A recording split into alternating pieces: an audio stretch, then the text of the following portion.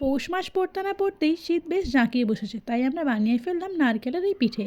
Hello everyone, welcome back to my channel. আজ হলো 23শে December, আর সন্ধ্যাবেলা আমরা ডিসাইড করলাম যে নারকেলের পিঠে বানাবো। তাই ঝটপট দুটো নারকেল ভেঙে জেঠিকে দিয়ে দিলাম। জেঠি এদিকে নারকেলগুলো আমাকে কুড়ে দিল। পিঠে বানানোর কথা শুনেই মাম্মা আমাদের সঙ্গে বসে পড়েছে, ও আমাদের সঙ্গে পিঠে বানাবে। যথারীতি নারকেল করার পরে নারকেলগুলোকে ভাজা করার জন্য এদিকে এলাচ নিয়ে নিয়েছি কয়েকটা, আর নারকেলগুলো ভাজা হয়ে আসলে তার মধ্যে দিয়ে দিয়েছিলাম এই পাটালিগুলো। পুরোটা দিইনি, অল্প পরিমাণেই দিয়েছিলাম, আর পাটালিগুলোর স্বাদে গন্ধে ছিল অতুলনীয়। যাই হোক, এখানে আমার নারকেলের ছাই করা রেডি হয়ে গিয়েছে, আর আমি চালের গুঁড়ি দিয়ে ময়দাটাও মেখে নিয়েছিলাম গরম জল দিয়ে। এরপরে পুর ভরে নেওয়ার পালা। সমস্ত পুরগুলো ভরে নিয়েছিলাম আমি আর বৌদি মিলে। লাস্টে তোমাদেরকে একটা দেখিয়ে দিই কীভাবে ভরলাম।